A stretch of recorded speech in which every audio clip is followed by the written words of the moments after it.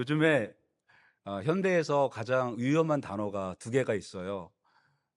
취향과 상대성이라는 단어인데, 이 현대에 와서는 그 사람의 취향이 뭐냐 굉장히 중요하고, 또 모든 이제 진리에 대한 기준이, 옛날에는 절대적인 어떤 그 기준점이 있었다면 요새는 모든 게 상대적이라는 거예요.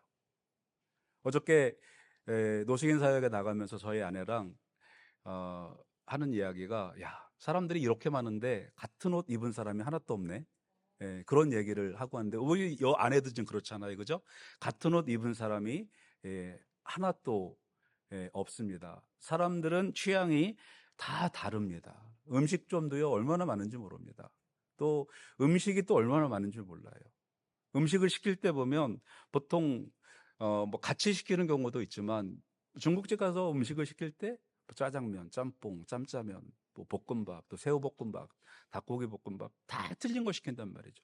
사람들은 이렇게 각자의 취향이 있고, 또 진리에 대한 평가도 이제는 절대적인 기준이 있는 게 아니고, 모든 것이 그 사람의 형편에 맞도록 그렇게 상대적인 평가를 내립니다.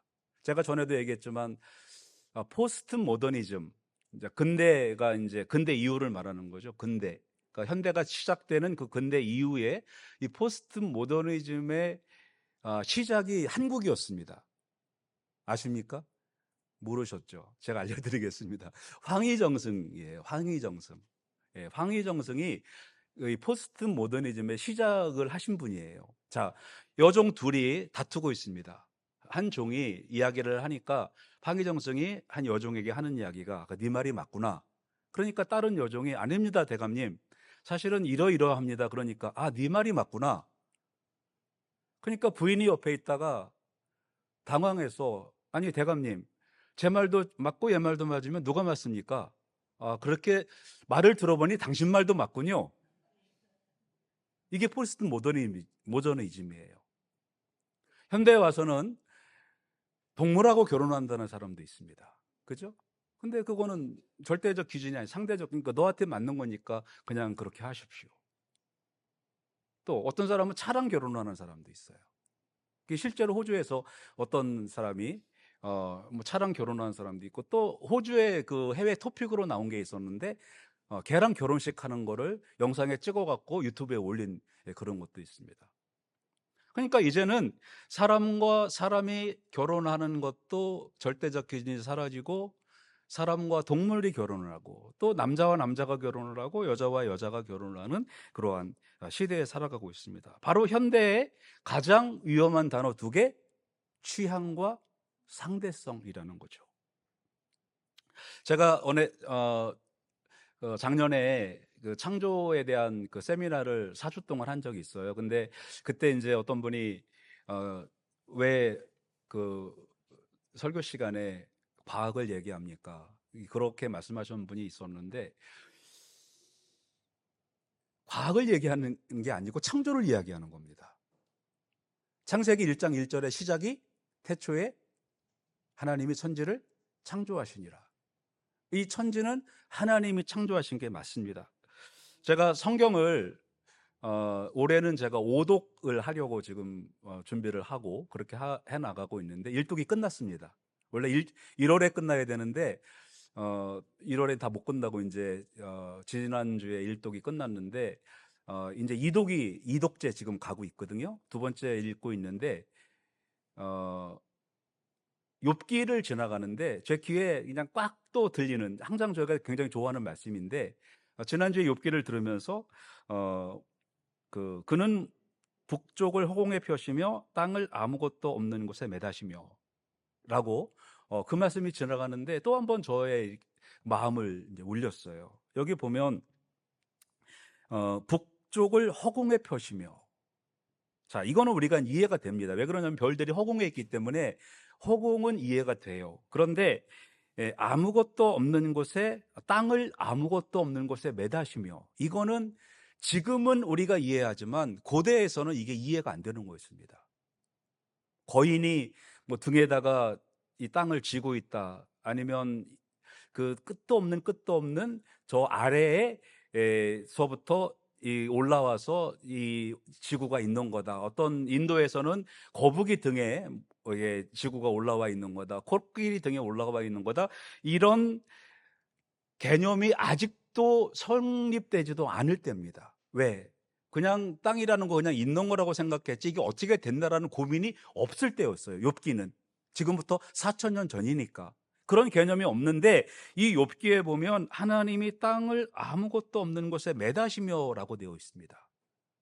근데 이게 이제 한국말로 읽으면 하나님이 뭐 저렇게 줄 이렇게 연결해서 매달아 놓은 것처럼 되어 있는데 영어로 하면은 서스펜드입니다. 이 서스펜드는 뭐냐면 매달다라는 뜻도 있지만 부유하다라는 말도 있어요. 이렇게 떠 있다라는 말이 있거든요.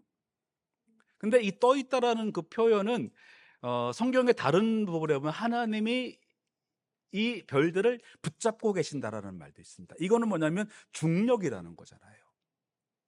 이렇게 이미 성경은 우리에게 진리를 전해주고 이 진리는 절대적이라는 것을 알려주고 있습니다. 하나님이 세상을 시작을 하셨고 하나님이 기준이신데 현대에 와서는 취향과 상대성, 하나님 믿으려면 하나님 믿고 뭐 석가모니 부처님 믿으려면 부처님 믿고 그런 시대가 되었다라는 것입니다. 근데 여러분 한번 생각을 좀 해봐야 되는데 축구 경기를 우리가 한다고 하면 축구 경기에는 아주 엄격한 그 경기 규칙이 있습니다. 이 카메라가 수십 대 수백 대가 있어가지고요 그 옵사이드를 할 때 정말 그 1cm만 앞에 나와 있어도 거기에 딱 걸립니다. 근데 무슨 축구를 그렇게 하냐, 그냥 우리 마음대로 하자. 그러면 어떤 사람은 뭐 공을 들고 뛰는 사람도 있을 테고 어떤 사람은 뭐 공을 끌어안고 안 주는 사람도 있을 테고 여러 가지가 있겠잖아요. 공이 잘 안 들어가니까 골대가 하나밖에 없어서 그러니까 골대를 10개를 만들어 놓자. 뭐 골대를 중간에도 놓자. 꼭 11명만 하지 말고 20명도 할 수 있지 않겠냐. 뭐 군대 가면 그렇게 하죠. 뭐 전투 축구라고 해서 소대끼리 다 들어가서 축구하는, 뭐 공도 막 서너 개씩 주고 축구를 실제로 했습니다. 공도 막 3개, 4개 주고 누가 많이 넣느냐예요. 그게 축구입니까? 아닙니까? 축구라고 할 수 있지만 그거는 규칙이 없는, 인정받지 못하는 축구입니다. 그러니까 이게 상대성이라는 건 네 맘대로 하라는 거예요. 진리도 상대성입니다. 그런데 우리가 중요한 것은 이 상대성은 우리를 살려주지 못합니다. 옛날에 이제 배들이 항해를 하다가 폭풍을 만나면 유능한 선장은 그 파도 높이가 몇 미터인지 그런 거 보지 않습니다. 뭘 찾냐면 북극성을 찾아요. 우리가 어디로 가야 살 수 있나? 그거를 크로노미터라고 하는데 표준 시계. 우리가 어디로 가야지만 되나? 제가 전에도 그 원형 방황 말씀드렸잖아요. 사막이나 이 설원, 논에서 길을 잃으면 6km마다 이렇게 사람이 돌아온다는 말씀을 드렸잖아요. 그죠? 어떤 기준점이 있어야 됩니다. 그 기준을 보고 가야만 사는 거예요. 기준을 보고 가지 않으면 계속 돌다가 방황을 하다가 죽는 겁니다. 그래서 오늘 말씀의 제목이 흔들리는 세상의 절대 기준이라는 말씀을 가지고 말씀을 증거를 하려고 하는데, 우리가 인생을 살아가면서 절대적 기준이 필요합니다. 근데 오늘 사도 바울께서 사랑하는 아들 디모데에게 우리가 기준을 갖고 살아가야 된다는 말씀을 해주고 있는 것입니다. 세상은요 흔들립니다. 어떤 사람은 비트코인에서 요즘에 10,000불까지 올라갔다가 6,000불까지 내려간다 그래요. 여러분 잘 모르시지만 이 비트코인이라는 게 사실 무슨 돈의 모양이 있는 겁니까? 이걸 가상 화폐라고 하는데, 가상화폐. 이게 돈에 그런 게 아무것도 없어요. 그냥 신호로 왔다 갔다 하는 거예요. 그게 돈이에요. 요즘 세상이 그렇습니다. 돈도 돈이 아니에요. 그죠?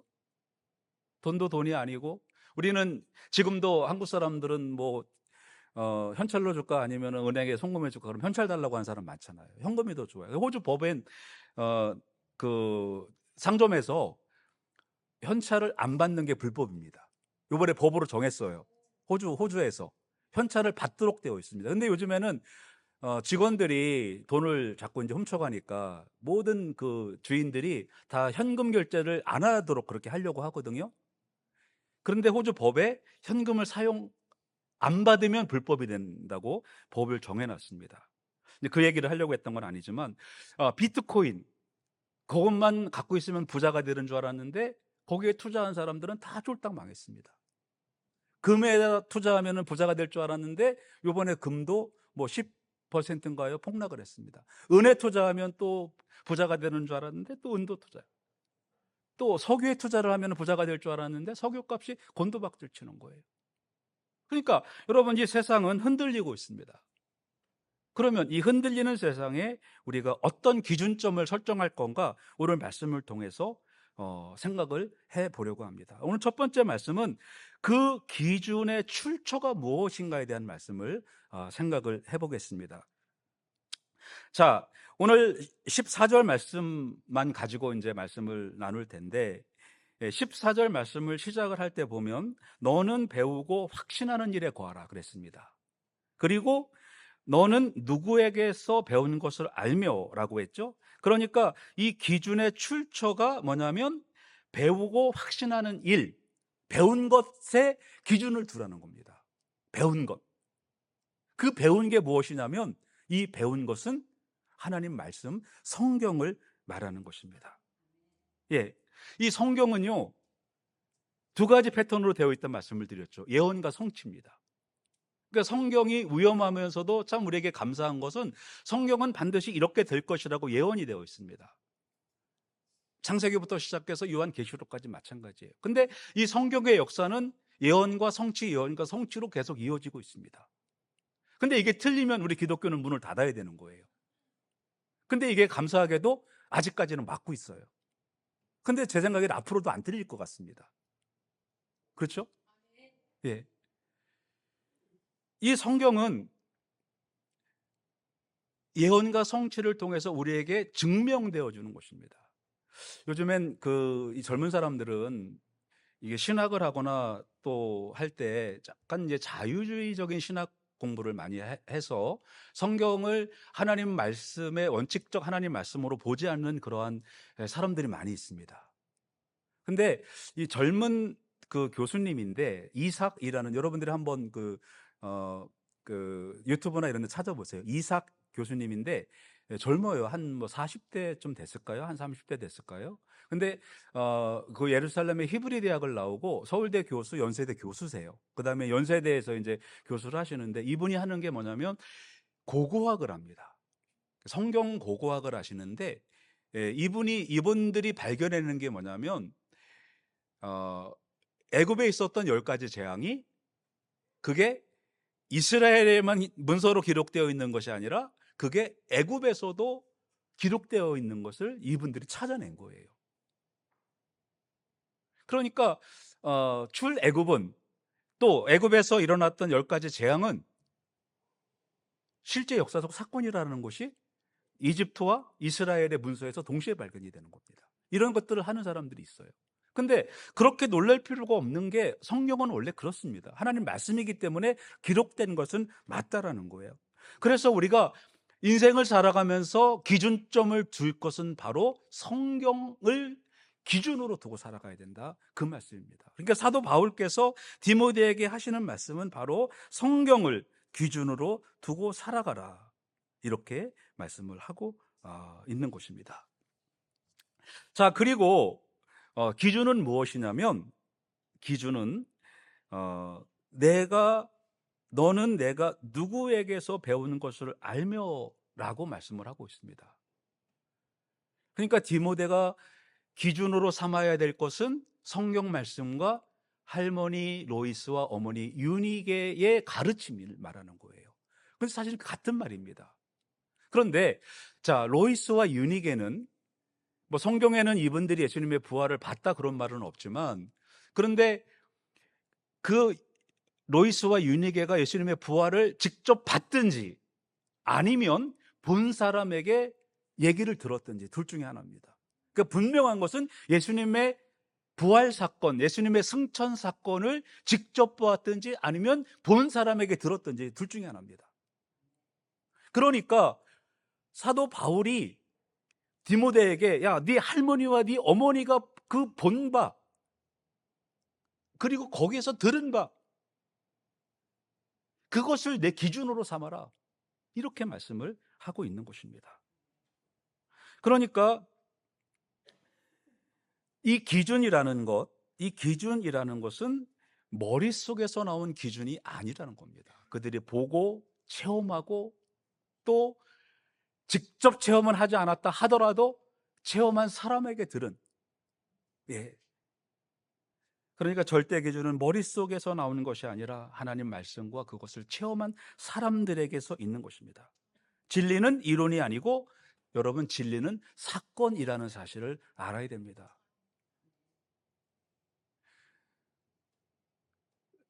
불경이나 또 사서 삼경이나 이런 것들은 사건을 기록한 게 아닙니다. 그죠? 근데 성경은 사건을 기록한 책입니다. 그 진리는 사건이에요. 하나님이 하신 일에 대한 그 사실들, 그것이 진리라는 것입니다. 그래서 우리는 이 흔들리는 세상에서 기준점을 형성을 할 때 성경과 그리고 그 성경을 배우고 체험한 사람들이 우리의 기준이 되어져야 하는 것입니다. 그 다음에 오늘 두 번째 말씀은, 이 기준은 무엇이냐면 이 기준은 실제 현장에서 검증된 복음이라는 것입니다. 기준은 성경이고 기준은 복음입니다. 복음은 뭐냐? 복음은 바로 예수 그리스도세요. 이 복음이 우리의 기준점이 되어져야 된다는 것입니다. 이번에 원천이 선교사님, 바누아투 선교사님이 이제 오셨다가 감사하게도 제가 토요일부터 토요일, 주일, 월요일, 화요일까지 제가 이제 계속 이제 교제를 했는데, 그 중에 몇 가지 말씀을 해주시는 중에 그 선교센터를 짓는 그런 간증을 같이 이제 나눴어요. 근데 선교센터를 짓는데 거기 이제 정글도 있잖아요. 정글 칼을 이게 사역자들한테 나눠주고, 야, 이제 여기다 우리가 선교센터를 질 테니까 준비를 하자. 근데 사실 뭐 도면이 있는 것도 아니었고 돈이 있는 것도 아니었고 뭐 재료 자재가 있는 것도 아니었고 아무것도 없습니다. 그냥 믿음만 있었던 거예요. 여기가 선교센터가 될 거라는 믿음 외에는 아무것도 없는 상황이었어요. 근데 거기에 이제 칼을 나눠주고, 야, 시작하자, 그거예요. 아니, 뭐가 있어야 시작하죠. 돈이 있어야 시작하든지 뭐 자재라도 있어야, 우리가 벽돌을 찍어서 벽돌 틀이라도 있어야 시작을 할 거 아니에요. 근데 칼을 주고 시작을 하자는 거예요. 그러니까 그 사역자들이 이거를 이제 황당하다고 하는 거죠. 이런 상황을. 그게 시작을 했어요. 근데 하루는 그 같이 풀을 베고 있던 그 사역자가, 선교사님 저 뒤를 좀 보세요, 그러더래요. 그 뒤를 돌아다 보니까 깎은 풀이 다시 자라가지고 다시 깎아야 되는 거야. 예. 그런데 멈추질 않고, 야, 또 가서 베자. 또 베고, 여기 풀라면 또 베고. 그리고 어느 이제 시간이 지나면서, 야, 여기에다가는 센터를 짓고, 여기에는 숙소를 짓고, 여기는 기도하는 데를 짓고, 여기는 운동장을 짓고, 그렇게 하자. 근데 이제 같은 사역자들은 그냥 웃기만 하는 거죠. 근데 어느 날이 되니까 거기에 그분들이 꿈꿨던 그대로 선교센터가 딱 세워진 거예요. 이제 우리가 7월에 가면 그거를 여러분들의 눈으로 확인할 수가 있습니다. 우리가 예수님을 믿고 하는 일, 그거는 하나님께서 반드시 그 일을 이루어 주신다는 확신. 그래서 기준은 무엇이냐면 이론이 아니에요. 아까 제가 말씀드렸잖아요. 사건입니다. 하나님께서 이루신 그 사건, 선교센터를 거기에다가 세우신 그런 하나님의 사건. 뭐 한 번은 차가 필요한데 돈이 없으니까 차가 없잖아요. 근데 어떤 다른 선교사님이, 나 이거 차가 하나 생겼는데 필요 없으니까 너 가지라고. 그래서 100불 주고, 그것도 그냥 받으면 또 안 되잖아요. 어쩌되나요? 그래가지고 100불을 또 줬대요. 근데 차값이 뭐 한 4, 5만 불 하는 이제 그런 차겠죠. 포일 아니면 다닐 수가 없으니까. 근데 기준은 바로 그겁니다. 하나님께서 하실 일, 하나님이 하신 일을 우리가 체험하는 거예요. 그게 현장에서 검증된 복음입니다. 이 말씀이 성취되는 것. 그거를 보고 확신을 하게 되는 것입니다. 제가 브릿지교회에서 담임 목회를 하면서 참 감사했던 게, 지난 주일에 우리 박세현 집사님이 수술 받으러 가시는 그 모습이 힘들어 보이는 것이 아니고 굉장히 밝아 보이셨어요. 가방 3개를 무겁게, 서우랑 같이 가방 3개를 들고 가면서 목사님 나 2kg 빼야 되는데 더 살쪄 갖고 오겠어요, 그러면서 예, 가시더라고요. 근데 어저께 퇴원하셨다 그러더라고요. 예, 퇴원하시고 가시는데 제가 이렇게 복음이라는 건, 또 우리가 하나님 말씀이라는 건, 이 기준은 바로 이렇게 일어나는 하나님의 역사들, 그거를 통해서 우리는 기준을 설정할 수가 있는 것입니다. 그래서 이 복음은 우리의 기준이 됩니다. 이 복음이 그냥 우리에게 온 것이 아니고, 이 복음은 디모데에게는 할머니, 어머니 사도 바울을 통해서 왔습니다. 우리에게는 수많은 우리 선배들을 통해서 왔어요. 제가 지난주에도 말씀을 드렸던 그러한 많은 선교사들, 그런 사람들을 통해서 왔습니다. 바로 이 복음은 우리 삶의 절대적 기준점이 되는 것입니다. 그래서 이제는 우리가 앞에서 생각한 말씀처럼 우리의 기준은 말씀이 되어야 되고, 또 우리의 기준은 뿌리로서 할머니와 어머니의 그러한 가르침이 되어야 되고, 그 다음에 우리의 기준은 바로 이 복음이 되어야 됩니다. 그리고 세 번째 기준은 무엇이냐면, 여러분, 이 세 번째 기준은 확신이 되어야 됩니다. 확신, 흔들리지 않는 확신.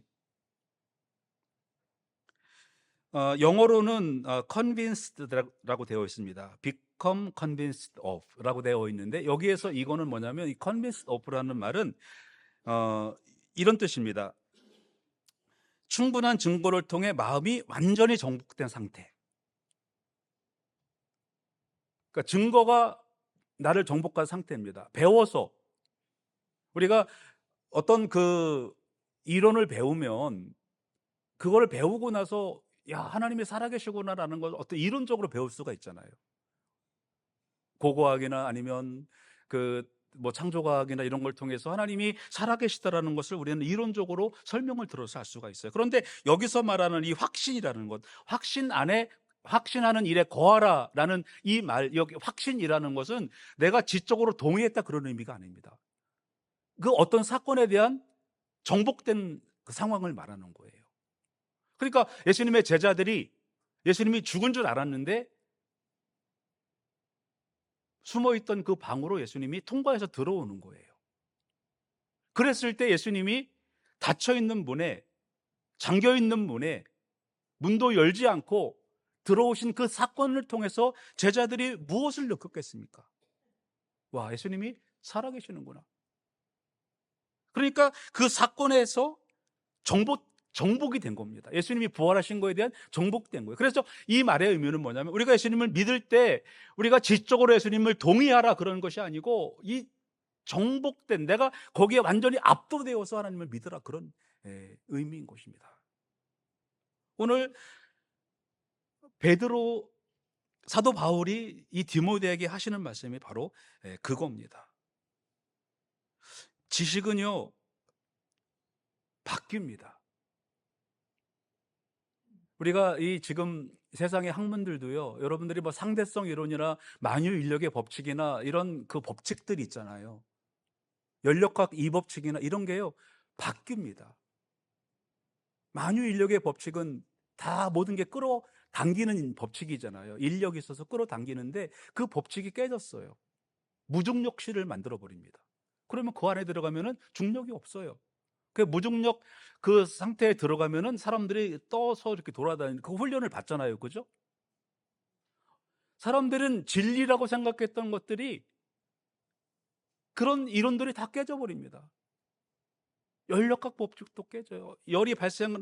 에너지가 있으면 그 에너지가 보존이 된다고 하는데 그게 깨졌어요. 그게 이제 핵융합이잖아요.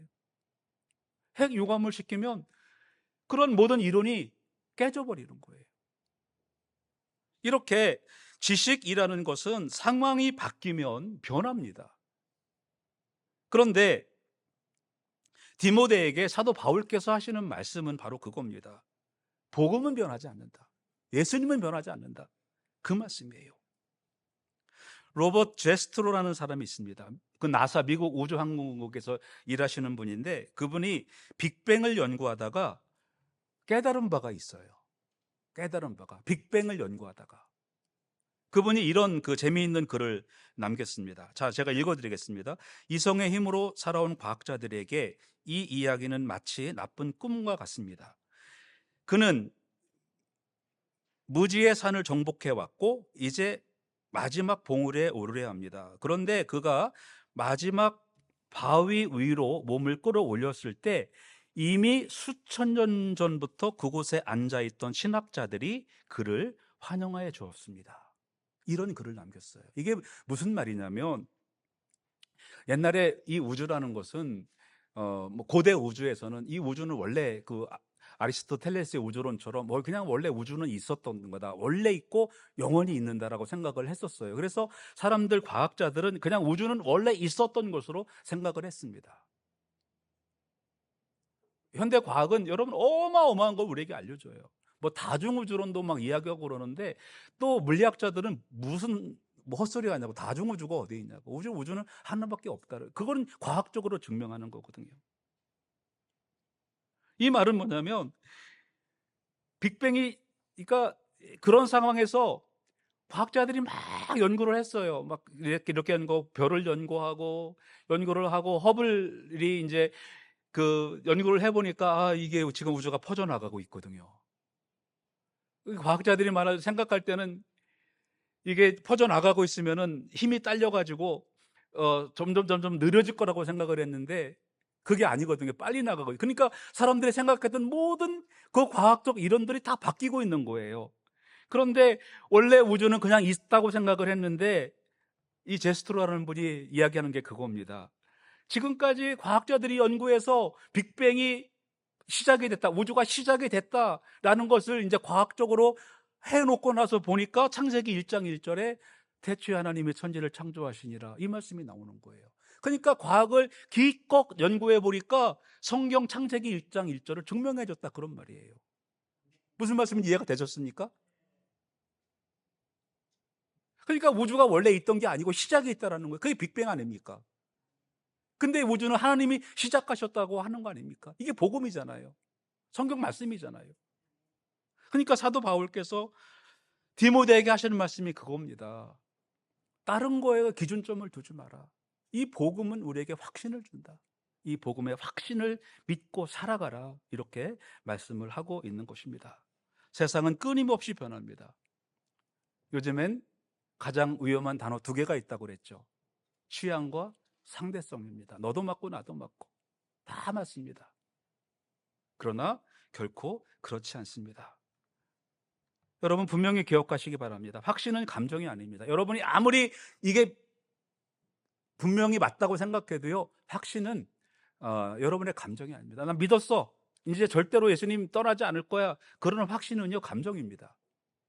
여러분들이 확신은 기억이라고 여러분 생각하시기 바랍니다. 확신은 기억입니다. 말씀을 기억하셔야 됩니다. 예수님의 부활을 기억하셔야 됩니다. 확신은 있었던 사건을 말합니다. 그 다음에 확신은 내가 말씀을 붙드는 것이 아닙니다. 내가 말씀에 붙들리는 겁니다. 여러분들이 말씀을 붙들려고 하면은요, 여러분들은 힘이 없습니다. 말씀에 붙들리시기 바랍니다. 성령님께서 여러분들을 운행하시도록, 성령님께서 여러분을 컨트롤하시도록 성령님께 맡기시기 바랍니다. 지식은요, 머릿속에 우리를 머물게 합니다. 그러나 확신은 우리를 움직이게 만드는 것입니다.